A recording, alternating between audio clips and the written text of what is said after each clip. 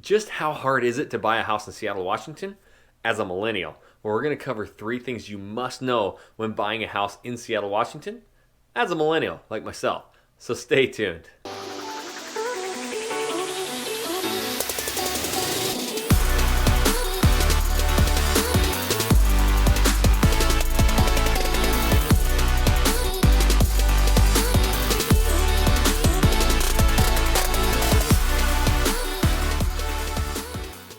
What's up, everybody? This is Jackson Ray Wilkey with the Real Agent Now Group right here in Seattle, Washington. If this is your first time to this channel, you want to know everything about working, eating, sleeping, living, and being a millennial in Seattle, Washington, then start now by subscribing to this channel. Tap that little bell so you're notified every time we do a new video.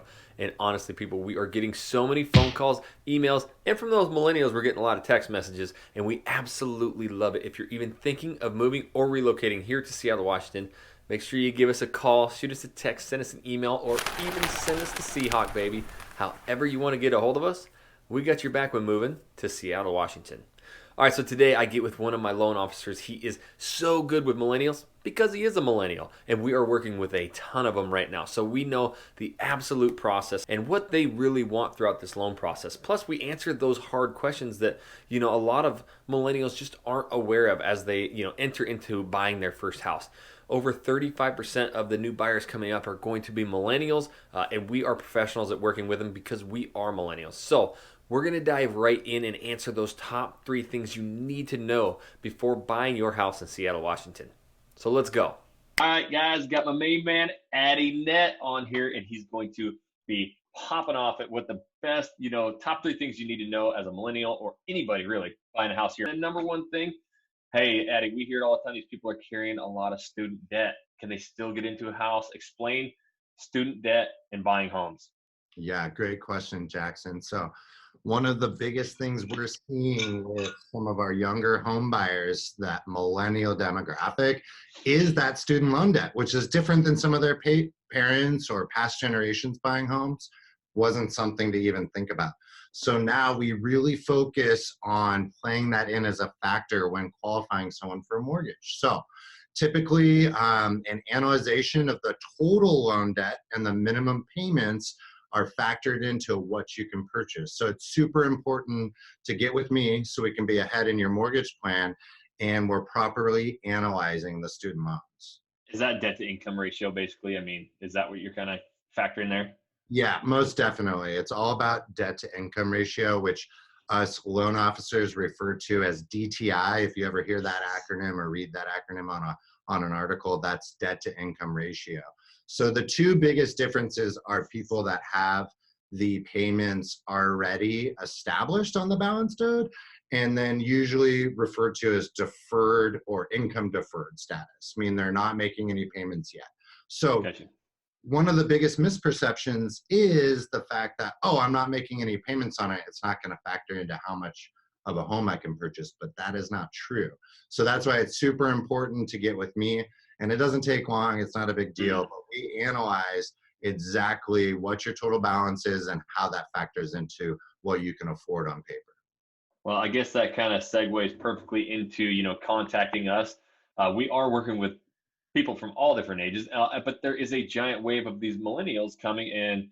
I guess what I want to get across is, we think that the old process was just kind of do these three things and you're done. But, we're finding that these, millennials, they're smart and they want to know the process. And that starts with communication. Like, how do you make sure you're communicating properly and to the, best degree for these millennials? Yeah, that's a great question too. And a couple things I want to know just from my experience in the industry with millennials. One of the biggest differences with that age group is the fact that they want to know the why.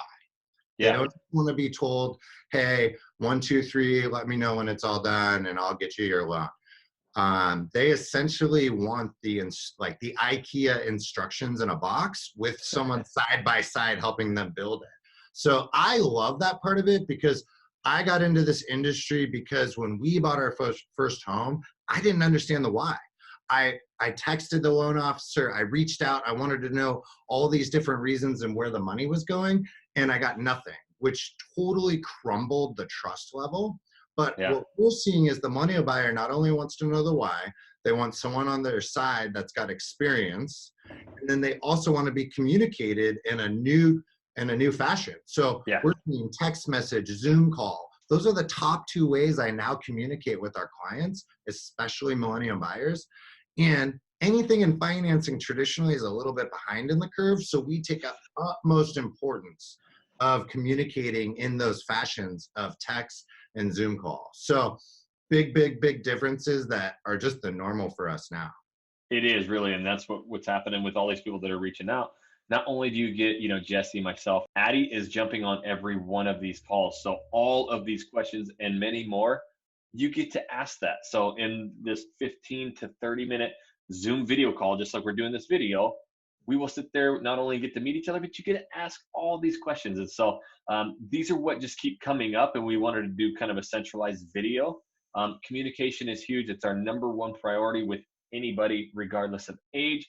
But that goes right into the next step, which, we talked about student loan debt, the communication, that's all getting into house. But like the biggest question we're getting is, well, okay, do I need like 20, 40% down, 50% down?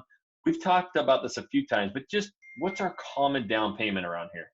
Right. Yeah. So there is still that huge misperception of needing 20% down or greater to get into a home, which in our market is not the average. So most commonly, we're seeing about a 5% down payment from our clients. There are many different loan products that if you qualify, you get approved for, that you can even go lower in some cases. So once again, I've said it before, Jackson, that's why the initial call is so important, to get with Yeah. me, see what we can do. But don't feel like because I don't have 50% down, I don't have cash, that I'm not going to be competitive. That's what really makes us different, is we're the Yeah. full meal deal. We are a team. It's not talk to this person, talk to this person, talk to this person. You get a round robin intro call, and we're here boots on the ground locally as people who have a reputation in this industry, supporting you as an out-of-state relocation buyer. Perfect. Curveball. This just came to me. Something else that just happened the other day. Yeah. Maybe someone does, they're really wanting to get into that first house and they don't quite have enough of that down payment, even though it's 3 to 5%. But they got good credit. They're ready to go. Can they get a gifted fund from a parent or somebody?